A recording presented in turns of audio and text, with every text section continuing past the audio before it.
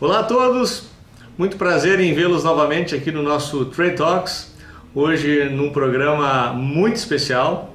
Estamos aqui na sede da XP Investimentos, no Rio de Janeiro, na presença do André Weiner, que é o gestor de renda variável aqui da XP, e ele está nos honrando hoje com um bate-papo sobre principalmente como fundamentar a nossa ideia de procurar ativos e procurar empresas para investir. Dentro da ideia que a gente já vem passando para vocês, de não só falar de análise técnica, mas também falar de fundamentos, ninguém melhor que o André para nos orientar nesse sentido e passar a visão dele hoje de como a gente procura esses ativos e nos ajudar nesse sentido. Então, muito bem-vindo, André, ao nosso programa. Obrigado, prazer estar aqui. E a primeira coisa que a gente gostaria de saber do André é se ele fosse falar para um investidor amador ou que está começando, investidor inexperiente e que vai escolher um setor para colocar o seu dinheiro, qual a primeira coisa que esse investidor tem que se preocupar, André? Eu acho assim, acho que primeiro é importante salientar que a análise de empresas é longe de ser uma matemática exata, né? Existem N formas de se fazer, né? Eu vou passar aqui a forma que eu acredito que é a mais agregadora de valor e que dá o melhor risco-retorno. Ou seja, acho que sempre quando você analisa empresas para investimento, é muito importante não olhar só o retorno, mas olhar os riscos também que você está correndo. Tá? Não é procurar o papel que tem mais valor, mas também procurar uma boa simetria, ou seja, um papel que tem um bom valor com um claro limitador de queda também fundamentado. Tá? Então, eu acho que quando você vai procurar um investimento, tá, acho que a coisa mais importante é olhar o histórico da empresa e entender exatamente o que a empresa faz. Tá? O que eu quero dizer com isso? A gente recebe muita pergunta de se uma ação está barata ou se uma ação está cara. Tá?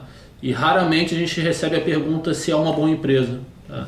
Então acho que o mais importante, de longe, é entender exatamente o que você está comprando. Como é que se faz isso? Olhando o histórico da empresa, entendendo o setor de atuação, entendendo quem são os sócios. Né? Quando a gente está comprando uma ação, nós estamos virando sócio de alguém. Né? Só que quando a gente compra uma ação, a gente está comprando uma empresa de capital aberto. Mas é que nem virar sócio de uma empresa de capital fechado também, de uma videolocadora, ou padaria, ou enfim, o que seja. Tá? Então é muito importante para a gente estar ciente que a gente está comprando um bom negócio. Tá? E aí sim passar para a parte de quantificação, ou seja, aí tentar identificar quanto vale uma empresa, se o investimento justifica o retorno. Mas sem dúvida a primeira parte é esse lado mais qualitativo de saber identificar quão boa é uma empresa, quão bom é o setor de atuação. Maravilha. E André, assim, aonde você recomendaria o investidor a buscar essas primeiras informações? Tá. Todas as empresas de capital aberto são obrigadas a trimestralmente divulgar seus resultados. Tá? Então, esses dados ficam tanto no site da CVM, quanto no site da Bovespa e na maioria dos casos no site das empresas também. Tá? Então, iria sempre olhar os relatórios trimestrais e anuais das empresas. Tá? É claro que é legal também ouvir a opinião dos outros, é interessante ouvir relatórios de corretoras ou de bancos, claro que pode agregar, mas eu acho importante que o investidor tenha a capacidade de fazer sua própria opinião e não basear o seu investimento em opinião só de terceiros. Tá? Então é muito importante, além de ler a opinião de corretoras e de bancos, pesquisar por si próprio, né? Fazer a conta sozinho. Acho que às vezes até tentar fazer conta antes de ler a opinião dos outros para já não ir com uma opinião pré-formatada. Né? Então, eu acho que sempre ler os relatórios trimestrais e anuais é algo muito importante.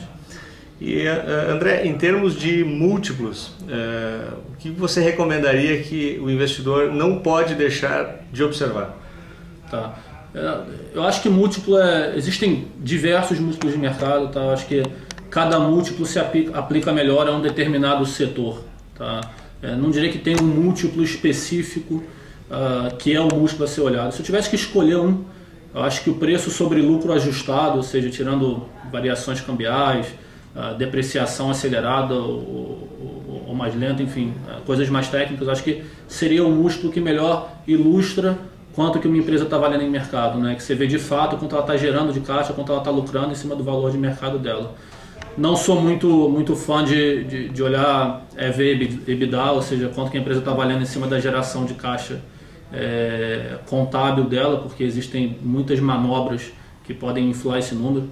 Tá? Então eu diria que o músculo principal é esse, mas varia muito de setor para setor. Acho que, para citar um exemplo, em construção civil, o músculo que nós olhamos muito é price sobre NAV, ou seja, quanto que a empresa está valendo em mercado, em cima do valor da empresa, em cima do que ela tem hoje, unicamente. Ou seja, uma empresa de construção civil, né, é um setor de muito crescimento aqui no país. Tá? A gente pode discutir qual é esse crescimento, mas é um crescimento muito grande e os analistas já projetam isso quando projetam uma empresa para frente. Tá? Então, para ter maior conforto no crescimento, o que a gente faz, por exemplo? A gente pega tudo que uma empresa de incorporadora já vendeu e tem a receber, né? Porque quase toda compra de imóvel é financiada. Qual o estoque que ela tem, tá? Quais os custos que ela vai ter para vender esses apartamentos, tá? A despesa financeira da empresa e mais nada, ou seja, a gente não paga por nenhum novo empreendimento. Esse é o NAV da empresa, ou seja, quando você encontra uma empresa que está no mercado valendo menos do que o NAV dela, você está dizendo que você pode pagar por zero crescimento, que a empresa pode acabar daqui a 2 anos e mesmo assim ela deveria valer mais para o mercado. É só para citar um exemplo de um músculo muito interessante.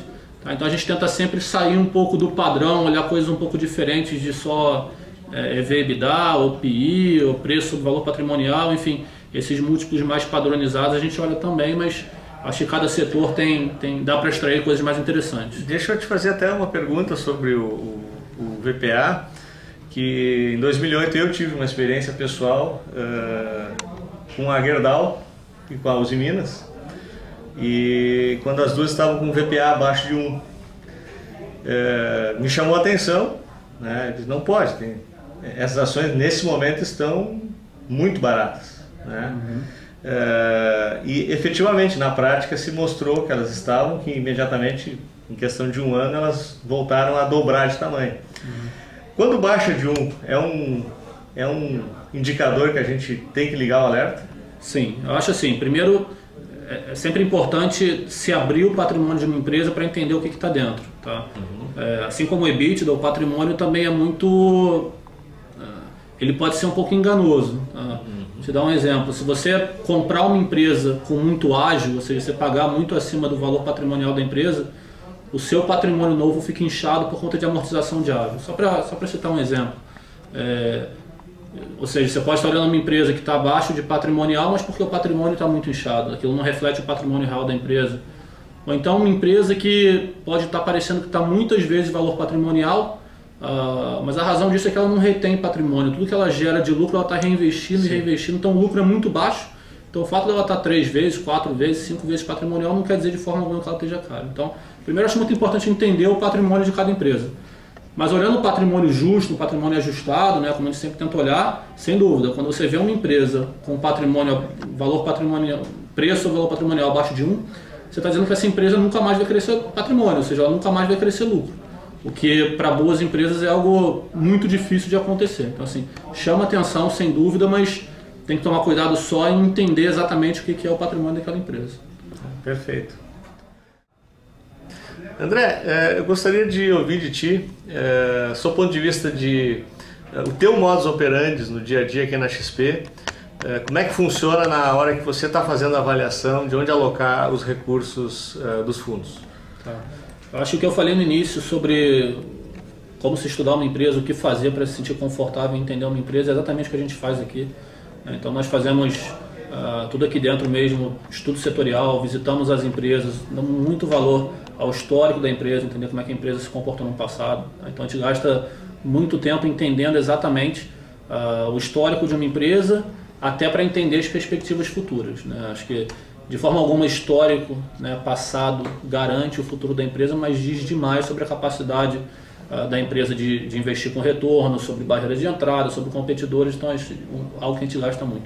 Passada essa parte, tá, acho que já com um entendimento muito melhor do setor e da empresa, a gente faz fluxo de caixa descontado para todas as empresas que nós estudamos. Tá? Então, o que é isso? Projetar os resultados futuros, tanto demonstrativo de resultado, enfim, EBITDA, receita, lucro, quanto balanço também, a parte mais dívida, capital de giro e por aí vai.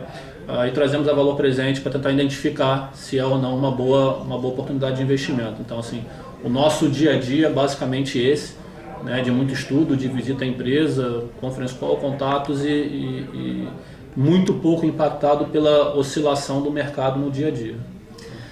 A XP está com uma série de fundos premiados e a gente até poderia usar como exemplo, né, o XP Investor, que é um fundo hoje com uma série de prêmios. Qual é o teu critério hoje nesse fundo? Nos fundos que nós fazemos gestão, nós temos realmente a filosofia de ter uma certa concentração de investimentos. Tá? Assim, primeiro é importante dizer que a gente tem uma área de risco que pré-determina que tipo de concentração, que tipo de seja concentração setorial, seja dias de liquidez de um ativo que nós podemos ter. Tá? Então isso é tocado por uma pessoa já bastante experiente de mercado, mas respeitando essas regras de liquidez, tá? Nós achamos que não faz muito sentido colocar dezenas e dezenas de investimentos no mesmo fundo. Por quê? Eu acho que é natural do ser humano, e aí acho que vai até além um pouco de mercado, de tudo que é pequeno para você não dá a devida importância. Tá? Então, acho que quando você bota 1%, 2%, 2,5% de um ativo num fundo, tá? Você sabe que você pode acertar, que você pode errar, que o impacto é muito baixo.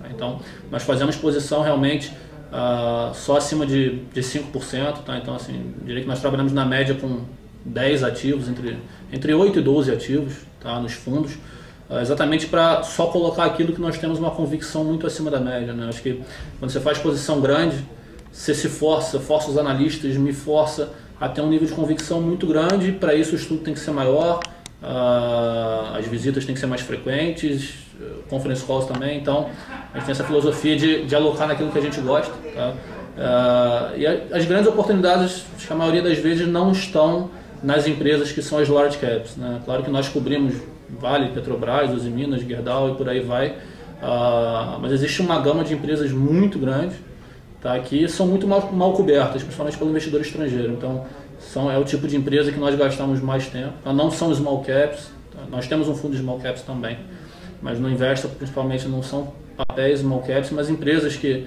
têm uma liquidez suficiente para o tamanho do fundo e que a gente acha que são mal analisadas. Tá? Então acho que tem muita chance aí. E tem um tipo de operação que nós, aqui da Focalize, a gente gosta muito de fazer, que é a operação de long short. E para nossa grata surpresa, a XP também agora tem um fundo de long short. Eu queria que você falasse um pouco desse fundo para a gente, André. Tá. Acho que foi um produto que nós criamos para o tipo de investidor que acredita na nossa capacidade de escolher a empresa acima da média, tá? Mas não quer correr qualquer risco direcional de mercado. Tá? Ou seja, é uma aposta única e exclusivamente relativa. Se a bolsa vai subir 50% ou cair 50%, não deveria ter qualquer impacto no fundo. Tá? Então, tudo que a gente compra, a gente vende financeiro equivalente. Tá? Isso é uma operação long short. Existem diversos fundos long short no mercado. A gente fez questão de se enquadrar como um long short neutro, ou seja, a gente é proibido de fazer qualquer posição direcional, seja comprado, seja vendido. A estratégia é sempre neutra por financeiro. Eu acho um fundo muito interessante, tá? Primeiro porque elimina esse tipo de oscilação de mercado, é restrito a uma estratégia, e nós procuramos sempre isolar risco macroeconômico das nossas operações, ou seja, eu nunca vou fazer, citar um exemplo qualquer, Vale do Rio Doce contra Renner, por exemplo, porque isso é uma aposta de que o país não vai bem, que o varejo não vai bem no Brasil e que o dólar vai subir, assim, tentando resumir de forma bem direta. Não é uma aposta nos fundamentos da Vale, no fundamento da Renner, é uma aposta macroeconômica. Né? Então assim, a gente tenta sempre isolar, a gente faz operações de varejista contra varejista, ou empresa ligada à China contra empresa ligada à China, a gente tenta ficar restrito realmente ao valuation das empresas e não a cenário macroeconômico. Tá? Eu acho que isso minimiza muito o risco de perda nas operações. Tá? Então acho que é um fundo bastante interessante por ser de apostas relativas e não de apostas direcionais. Maravilha! Esse então foi o nosso Trade Talks especial, aqui com o André Weiner, que é o gestor de renda variável da XP, que muito nos honrou com nos passar um pouco do seu conhecimento, e pretendemos repetir na medida do possível. E agradecendo de novo, André. Muito obrigado. Nada, obrigado. O prazer foi meu. E até uma próxima. Até mais, pessoal.